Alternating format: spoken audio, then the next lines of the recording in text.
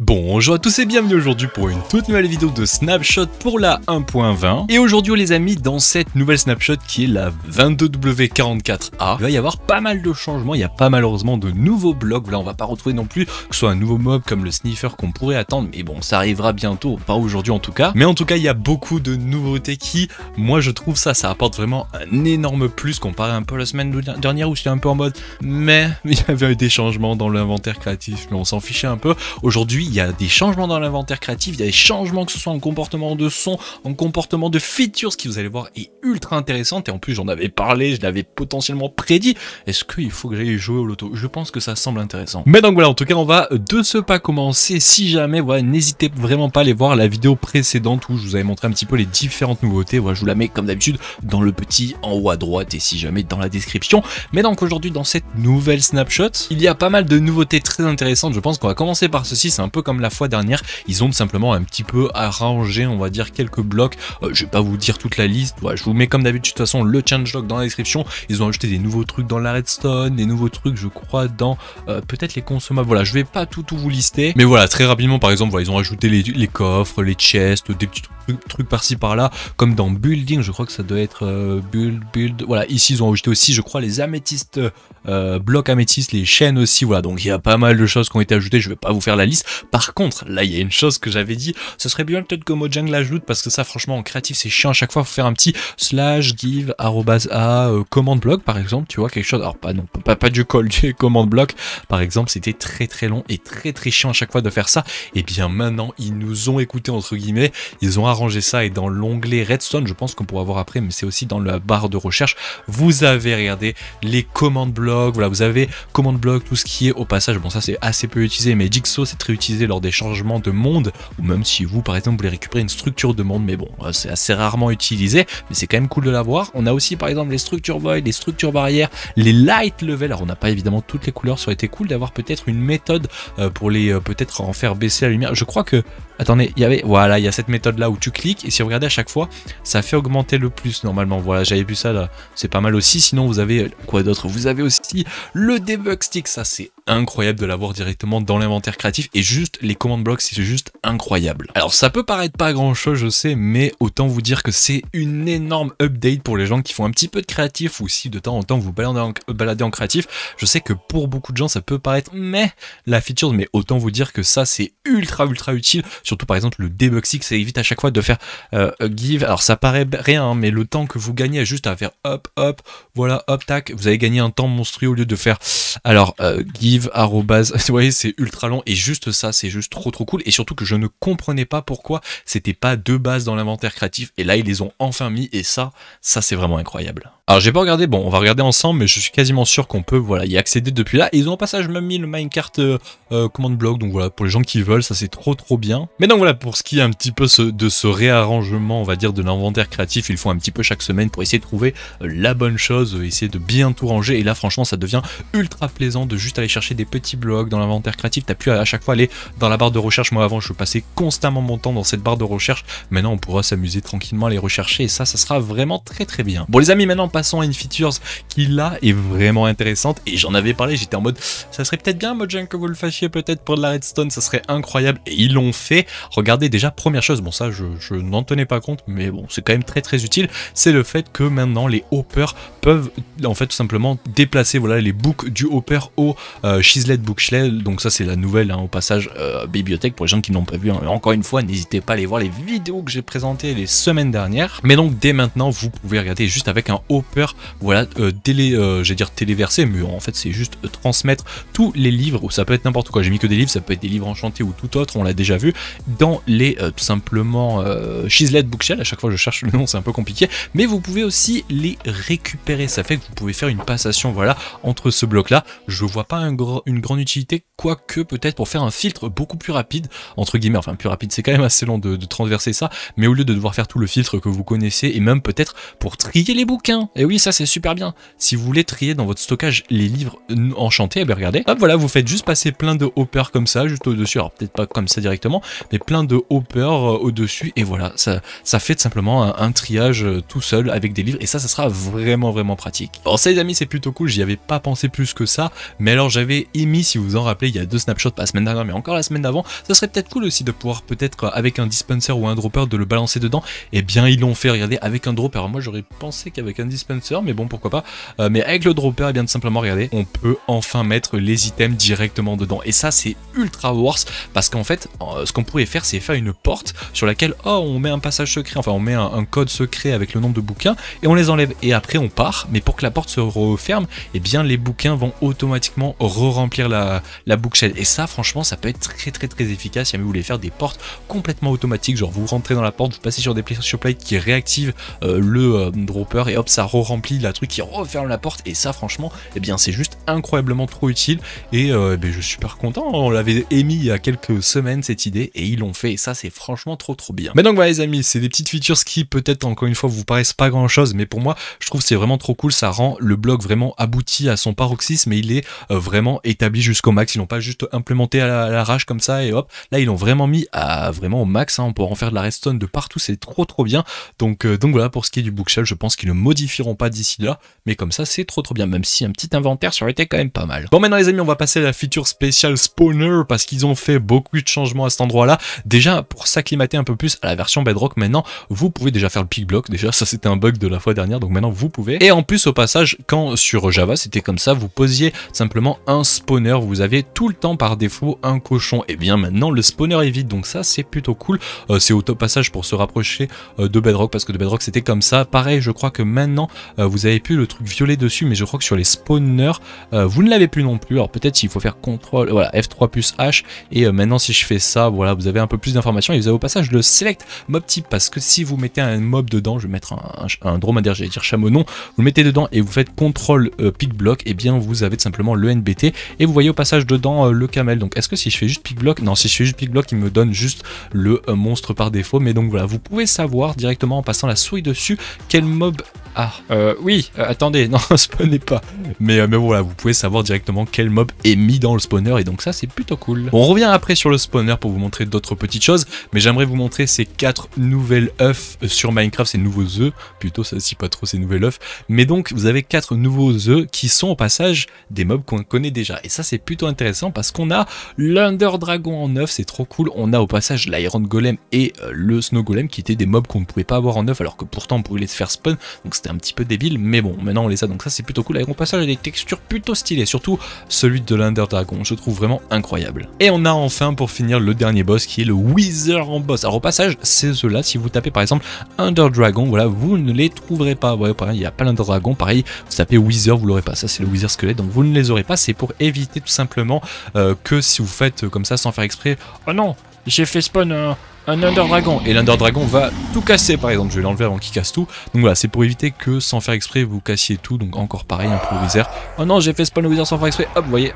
Donc c'est pour éviter ce genre de problème là, donc pour les avoir il faudra obligatoirement passer par des commandes. Donc ça je comprends le fait qu'ils aient fait ça, même si j'aurais bien aimé quand même l'avoir dans l'inventaire créatif, mais ça se comprend totalement du pourquoi du comment ils l'ont mis seulement avec des commandes. Tant qu'on est sur les œufs, ils ont fait une petite modification en rapport, pas avec le Ghast, mais avec le Polar Bear pour changer un poil la texture. On voit qu'il y a une mini nuance de gris, c'est vraiment très infime, hein. Et en plus ils ont dit dans le changelog, oui on a changé la texture pour que ça soit pas trop proche de la texture du Ghast.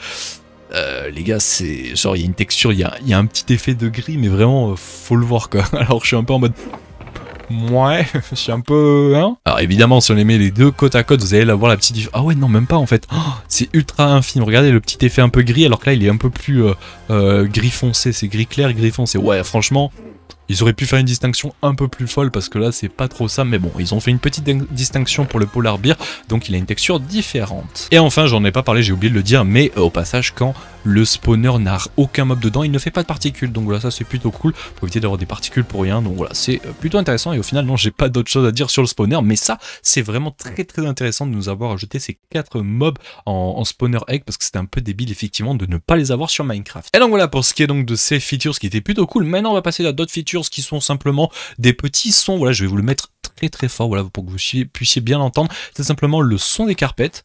Alors, je croyais qu'il y avait déjà des sons de carpettes, mais il paraîtrait qu'ils l'ont ajouté, je croyais que c'était déjà le cas. Donc maintenant, quand vous marchez dessus, voilà, vous entendez le son des carpettes. Dites-moi si je me trompe, mais je croyais que c'était déjà le cas, alors peut-être que je me trompe, mais bon, ils l'ont changé, pareil avec les lily-pads, voilà, un petit bruit de lily-pad. Ah, j'ai comme l'impression que ça fait un petit bruit d'eau, mais j'ai un doute. Non, c'est plus un bruit de feuille que bruit d'eau. Pareil aussi avec les petites améthystes et les buds améthystes. Alors peut-être c'est pas ceux-là parce qu'ils ont parlé de buds améthystes, mais est-ce que c'est sur toutes les buds améthystes ou juste sur... Alors c'est pas la budding améthyste, ça je pense pas. Mais je sais pas si ça le faisait avant, parce que j'ai l'impression que ça le faisait déjà. Mais dans le changelog, ils ont dit qu'ils ont ajouté sur la small amethyst bud. Donc pour moi, la small, c'est clairement celle-là. Donc ils ont ajouté le son. Peut-être qu'elle le faisait pas avant. Donc voilà, peut-être c'était un bug. En tout cas, ils l'ont ajouté. Et par la même occasion, voilà, avec les Nether Sprout. Donc quand vous marchez, ça ferait un petit bruit de... Voilà, comme si vous marchiez un petit peu dans l'herbe. Pareil avec ces deux-là, qui sont les Warped Roots et les Crimson Roots. Donc voilà, qui ont des bruits... comme vous pouvez voir, bon, des bruits du fait de marcher dans des petits feuillages, donc voilà, hein, rien de très transcendant, mais c'est quand même plutôt cool. Et pour terminer, ils l'ont aussi fait avec le Glowdition, qui a un bruit plutôt stylé, franchement. T'as vraiment l'impression de marcher. Ce qui est cool, c'est qu'ils n'ont pas juste fait un copier-coller de tous les sons sur le même. Il y a un petit dégradé de son, c'est pas totalement le même, et ça, c'est plutôt cool. Ça se voit qu'ils n'ont pas juste été à l'arrache en mode ouais, je prends le fichier son et je le copie-colle. Même si je pense qu'il y a moyen qu'ils ont peut-être récupéré un fichier son, ils l'ont un peu peut-être changé le speech, et voilà, c'est tout. Mais bon, ça reste quand même plutôt intéressant. Et pour finir, les amis, ils ont ajouté une toute nouvelle game rule, même plusieurs game rules, on pourrait dire. C'est tout simplement la Block Exploding Drop Decay. Et en gros, qu'est-ce que ça fait celle-ci? C'est simplement si elle est à falls, eh bien tous les drops vont tout simplement looter si jamais il y a des explosions. Donc par exemple, si je prends de la TNT, est-ce que ça marche avec la TNT? Je crois que c'est global, les blocs explosion. Donc si je prends de la TNT, que je la fais exploser par exemple ici, et que je fais ceci normalement, si je me suis pas trompé à falls, normalement ça doit, voilà, dropper tous les blocs. Par contre, si je la mets à true, ça devrait normalement ne pas dropper les blocs. C'est ce qu'on devrait normalement voir. Ok, je me suis trompé, en fait, j'ai mal lu, mais quand c'est à true, en fait, ce qui se passe, c'est qu'elle va drop, mais un peu aléatoirement. C'est-à-dire que des fois, il n'y aura pas tous les blocs. Là, si je regarde, j'en ai combien? Là, j'en ai un stack et 27, ce qui équivaut à ce trou-là, donc ça me paraît plutôt équivalent, il y en a beaucoup. Et là, si on regarde, il doit y en avoir un peu moins. Enfin, normalement, à moins que c'est pas ça, je sais pas, j'ai pas bien compris. Mais en tout cas, bon, c'est pour celui-là. Et ensuite, il y a deux autres qui sont un petit peu dans le même rapport, qui sont simplement le Mob Explosion Drop Decay, donc qui est dans le même esprit, mais cette fois-ci, par exemple, si un creeper explose, donc que ce soit un mob. Mais vous l'avez aussi pour la TNT. Alors peut-être parce que j'ai utilisé la TNT, il fallait peut-être pas utiliser la TNT, mais alors qu'est-ce que ça correspond, le bloc explosion? Qu'est-ce qui peut exploser d'un bloc? Peut-être genre quand on lance, enfin depuis qu'il y a un gaz qui nous tire dessus, peut-être, pourquoi pas. Donc on va essayer plutôt celle avec la TNT. Donc là, si je la mets à true, donc là normalement ça devrait faire exactement ce que je vous ai dit vu que c'est avec la TNT. Si je la mets à true, normalement on va le voir en direct. Voilà, ça drop, mais ça en a droppé pas beaucoup, hein. Ça en a droppé 24, donc il y a un effet de rareté un peu comme à l'époque si vous vous en souvenez. Par contre, si je la mets à falls et que je lance la TNT, là on devrait avoir normalement tous les blocs, voilà, qui ont explosé.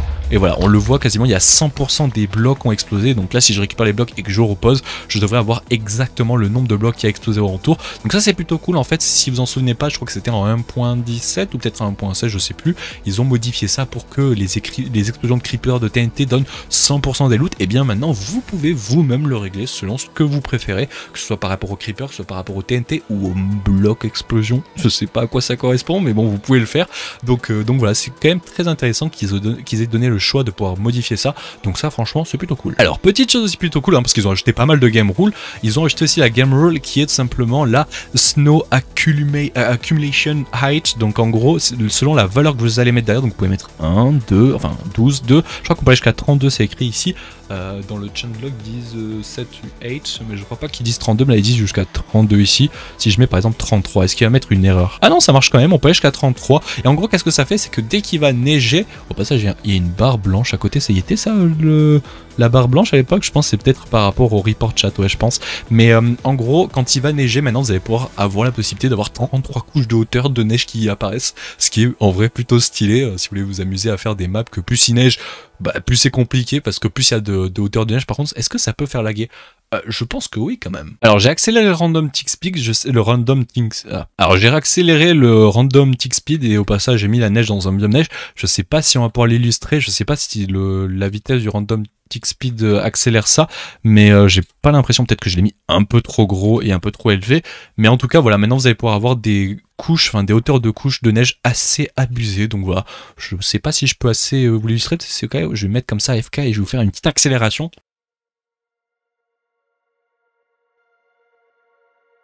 Bon voilà, on va pas plus s'attendre, mais en gros, peut-être qu'on peut voir par exemple, pour celle-ci, elle a pas mal évolué. Par exemple, celle-ci, elle a 3 de layer. Peut-être qu'il y en a d'autres qui en sont à beaucoup plus. Elle, je crois qu'elle est aussi à 3. Donc voilà, vous pouvez voir que eh ben, maintenant, il n'y a plus de limite selon ce que vous réglez avec la game rule. Donc c'est plutôt cool. Alors ensuite, les amis, on a une nouvelle game rule. J'ai un petit peu testé pour vous expliquer, mais il y a la water source conversion qui est simplement celle où on peut régler la conversion de l'eau. Et c'est incroyable. C'est-à-dire que là, par exemple, je la mets à falls. Et qu'est-ce qui va se passer? Ça fait que, imaginons, je mets de l'eau là et de l'eau ici. Normalement, il doit y avoir de l'eau au centre. Et bien, regardez, si je clique, on entend qu'il ne se passe rien. Et de même, si je mets de l'eau ici et ici, normalement, ça doit mettre de l'eau partout. Et bien, ça ne le fait pas. Ça rend le jeu ultra compliqué. Si vous voulez pas avoir ce côté, l'eau se remplit tout seul, un côté plutôt eau réel, et bien, vous pouvez le faire sur Minecraft. Il n'y a plus ce côté, regardez, hop, l'eau ne se remplit plus. Donc ça peut être utile au passage si jamais vous créez des maps, des worlds. Ça peut être très utile. Vous avez au passage la même game rule. Je vais la mettre en true au passage. Vous avez la même game rule avec la lave, donc lava conversion. On va la mettre à true parce que ça paraît un petit peu bizarre. Genre vous pouvez faire comme l'eau. Regardez, vous mettez de la lave ici et ça remplit de lave. Si je mets de la lave là, ça va mettre de la lave partout. C'est incroyable, genre franchement, c'est des petites choses, mais c'est incroyable sur Minecraft, ça franchement, je trouve ça incroyable. Alors vous avez une dernière game rule, oui ils en ont mis beaucoup aujourd'hui, qui est simplement la Global Sound Event, et donc je pense, alors ça c'est un petit peu ma théorie, mais d'après ce que j'ai compris, que si vous la mettez à false, eh bien vous n'entendrez pas de sons qui sont faits peut-être par exemple avec les play sound, qui sont des sons que vous pouvez créer par exemple des Waster Loop. Alors on l'a pas entendu parce qu'il faut mettre ambiance, il faut mettre ça par exemple. Regardez, écoutez le son qu'on entend. Par exemple, ce genre de choses, on l'entendrait pas si je faisais Game Rule, Global Event et si je la mets à Falls. Ouais, on l'entend quand même. Je sais pas comment ça fonctionne. Ah non, mais c'est Event. Peut-être je me suis mis en ambiance, mais si je mets Event, est-ce que ça existe le Event? Non, bah je sais pas. Si jamais vous avez l'information de à quoi correspond ce truc, eh bien je suis tout tweet. Par contre, le Play Sound, mon pote...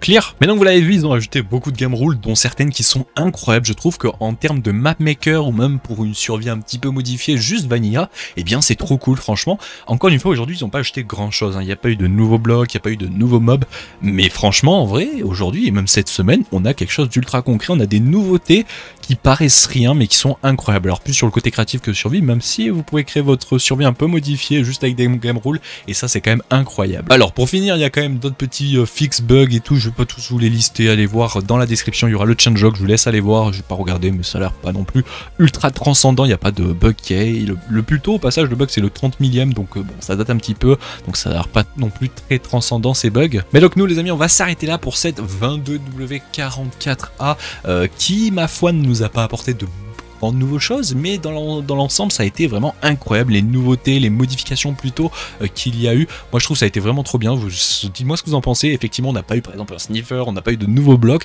mais je trouve que ce soit par exemple pour l'inventaire créatif, les mobs, les blocs comme ça, ou même les game rules qu'on a vu à la fin, franchement c'est juste incroyable. Moi je suis plutôt content en vrai de cette snapshot de cette semaine. Évidemment ça aurait été cool si on aurait eu un sniffer, un nouveau mob, mais bon hein, franchement en vrai c'est pas mal comparé par exemple à la semaine dernière. Allez, je vais m'arrêter là, j'espère que vous avez bien aimé, n'hésitez pas à laisser un petit like, un petit commentaire, à vous abonner, ça fait toujours plaisir à me dire ce que vous en avez pensé de cette nouvelle snapshot. On se donne peut-être rendez-vous la semaine prochaine si là aussi il y a une nouvelle snapshot, en espérant peut-être le sniffer enfin, qui sait, je ne sais pas, mais donc voilà, allez on s'arrête là, merci à tous, je vous dis une bonne semaine, une bonne soirée, une bonne après-midi et je vous donne rendez-vous tout simplement samedi. Allez, ciao ciao les gens.